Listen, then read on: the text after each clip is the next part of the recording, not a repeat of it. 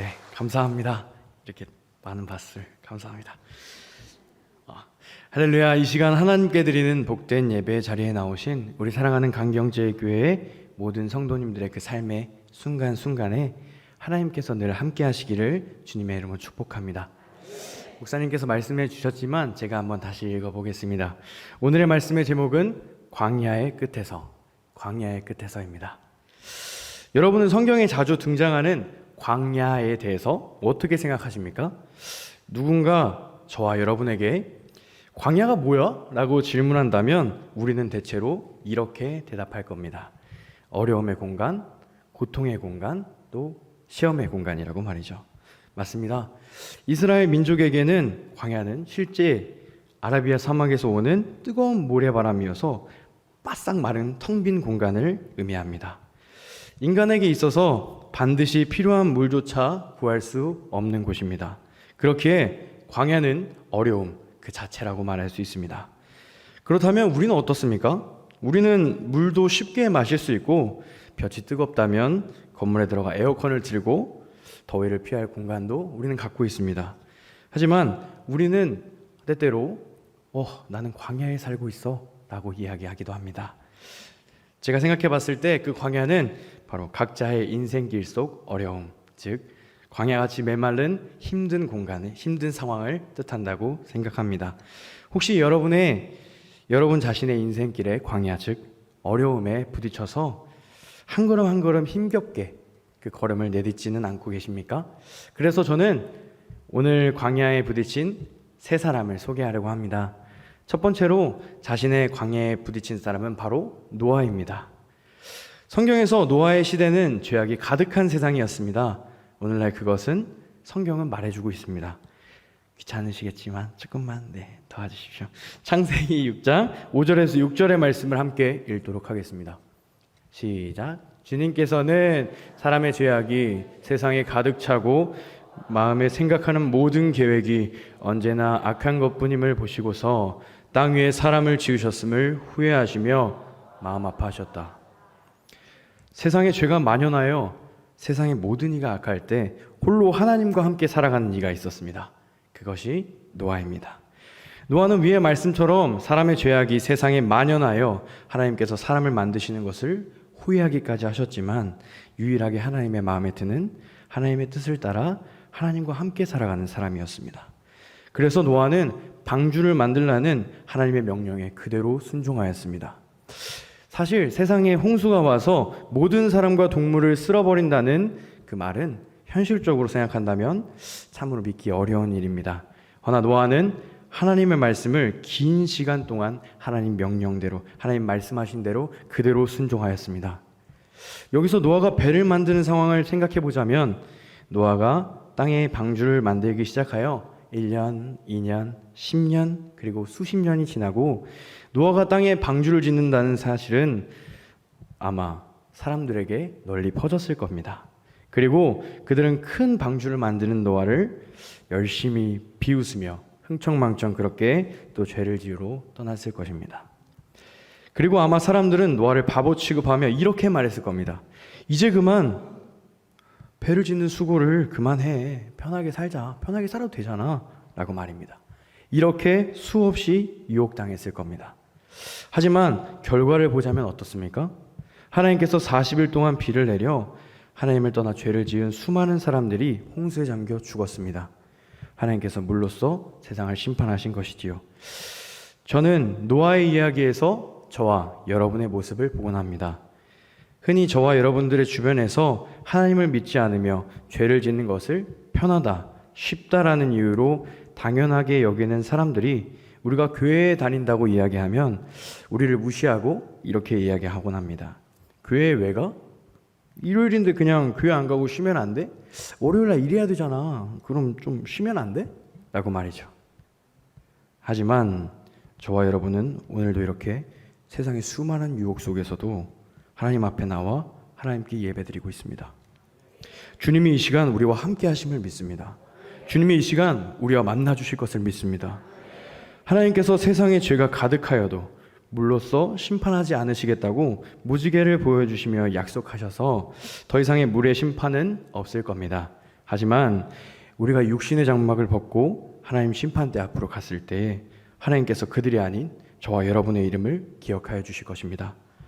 그렇게 세상의 수많은 유혹과 어려움이 우리를 덮칠지라도 노아처럼 꾸준하고 성실하게 그 유혹과 어려움들을 이겨내며 늘 하나님과 함께하는 삶을 사는 저와 여러분이 되기를 소망합니다. 두 번째로 자신의 광야에 부딪힌 사람은 바로 사도 바울입니다. 사도 바울은 열렬한 유대교의 신자였습니다. 그는 예수님을 전하는 스데반을 돌로 쳐 죽이는 것을 마땅하게 여긴 사람이자 그 이후에도 예수 그리스도를 믿는 하나님의 자녀를 박해하던 사람이었습니다. 허나 그런 사울을 예수님께서 만나주시고 그의 인생이 180도 변하였습니다. 그리고 사울은 자신이 핍박하던 예수 그리스도를 사람들에게 열심을 다해 전했습니다.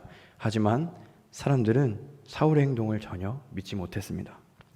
사도행전 9장 21절에서 22절의 말씀을 함께 읽도록 하겠습니다. 이 말을 듣는 사람들은 모두 귀를 의심하였다. 이 사람은 예루살렘에서 예수를 믿는 사람을 박해하던 바로 그 장본인이 아닌가? 우리가 알기로는 그가 여기 온 것도 신도들을 붙잡아 묶어서 대제사장들에게 끌고 가려 했던 것이 아닌가 하고 수군거렸다. 그러나 사울은 더욱더 열심히 전도하고 예수께서 그리스도이심을 증거하여 다메섹에 사는 유대 사람들을 감복시켰다. 아멘.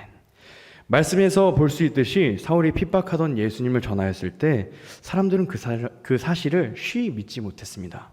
사울이 예수님을 믿는 자들을 핍박하던 일들은 손바닥 뒤집듯이 쉽게 용서될 수 있는 일도 아니고 갑자기 변화한 사울의 태도는 당연하게 사람들에게 신뢰가 없었을 겁니다. 그러나 사도 바울은 여기서 포기하지 않았습니다. 사람들의 태도를 알았지만 사울은 더욱더 열심히 예수님을 전도하고 예수님께서 그리스도라고 더욱더 큰 소리로 사람들에게 예수님을 전했습니다.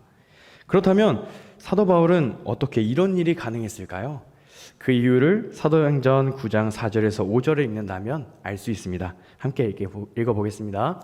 땅에 엎드려져 들음에 소리가 있어 이르시되 사울아 사울아 네가 어찌하여 나를 박해하느냐 하시거늘 대답하되 주여 누구시니까 이르시되 나는 내가 박해하는 예수라. 아멘. 사울이 다메섹에 이르기 전 예수님께서 그가 가진 눈을 멀게 하시고 주님께서 음성으로 사울에게 말씀하신 것을 위의 말씀을 통해 알 수 있습니다. 그렇습니다. 예수님을 그리스도라고 말하는 하나님의 자녀를 박해하던 사울은 저와 여러분의 곁에서 살아 숨쉬고 역사하고 계신 하나님 예수님의 역사하심을 온몸을 통해 느꼈습니다. 그렇기 때문에 예수가 그리스도라고 더욱더 힘을 내요. 자신이 만난 예수님이 그리스도라고 사람들에게 더 큰 소리로 전할 용기가 생긴 것입니다.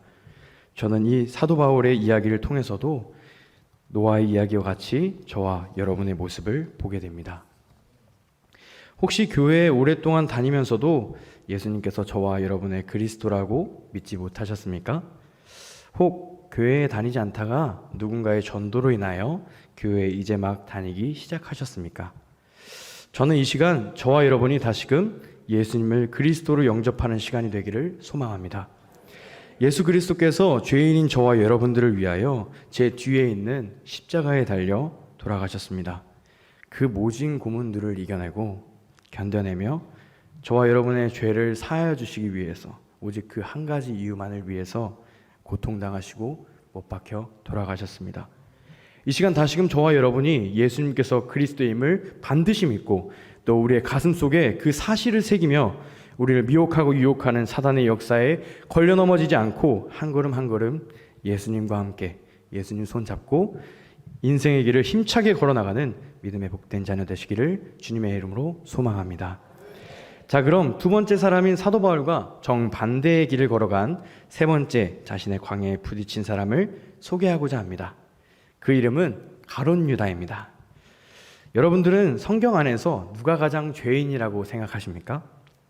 하나님의 명령을 어겨 선악과를 따먹고 인류에게 원죄라는 죄악을 남긴 아담과 하와입니까? 아니면 세상에서 처음 살인을 한 가인입니까? 저는 이들 모두 죄인이지만 이 사람이 가장 죄인이라고 생각됩니다. 맞습니다. 가룟 유다입니다. 가룟 유다는 12제자 중 한 사람이었습니다. 그는 예수님께서 행하신 기적과 전하신 말씀을 가장 가까이에서 보고 들은 제자 중 한 사람이었습니다. 하지만 가룟 유다는 예수님을 단돈 은 30에 자신의 스승이자 그리스도 예수님을 죽이려는 이들에게 팔아넘겼습니다. 그렇다면 가룟 유다는 왜 예수님을 단돈 은 30에 팔아넘겼을까요? 가족들이 돈이 없어서 먹을 것을 구하지 못해 굶어 죽어가고 있었을까요? 아니면 자신의 아이가 돈이 없어 배우지 못하는 것을 염려했던 것일까요? 누가복음 22장 3절의 말씀을 보면 그 이유를 알 수 있습니다. 함께 읽어보겠습니다. 그때 사단이 12 제자 중에 하나인 가룟 유다에게 들어갔다. 아멘. 네, 말씀을 읽으면 알 수 있듯이 사단이 12 제자 중 하나인 가룟 유다에게 들어간 것입니다. 그렇기에 예수님께서 행하신 기적을 보고 듣고 옆에서 함께했던 제자인 가룟 유다는 하나님께서 쓰시는 종이 아니라 악한 사단의 도구로 사용되어 예수님을 은 30에 팔아넘긴 것입니다. 마찬가지로 저와 여러분의 모습을 이 가룟 유다의 이야기를 통해서도 보게 됩니다. 우리는 각자의 인생길을 선택하여 한 걸음 한 걸음 열심히 나아가고 있습니다. 그렇기 때문에 우리는 가끔 하나님보다 우리의 인생의 길을 더 소중하게 여길 때가 있습니다. 바로 때문에라는 마법과도 같은 피난처가 있기에 그것이 더 쉽게 가능해지곤 합니다. 우리는 어떠한 일이 있으면 교회에 나와 하나님 앞에 예배 드리는 것보다 그 일을 먼저 생각할 때가 있습니다. 예를 들자면 이번 주는 친구들이랑 여행을 가야 돼서 그렇기 때문에 교회 가지 못해. 또는 이번 주는 코로나19가 터졌지만 교회에서 아무리 괜찮다고 해도 난 불안해서 못 가겠어. 그러니까 교회 안 갈래.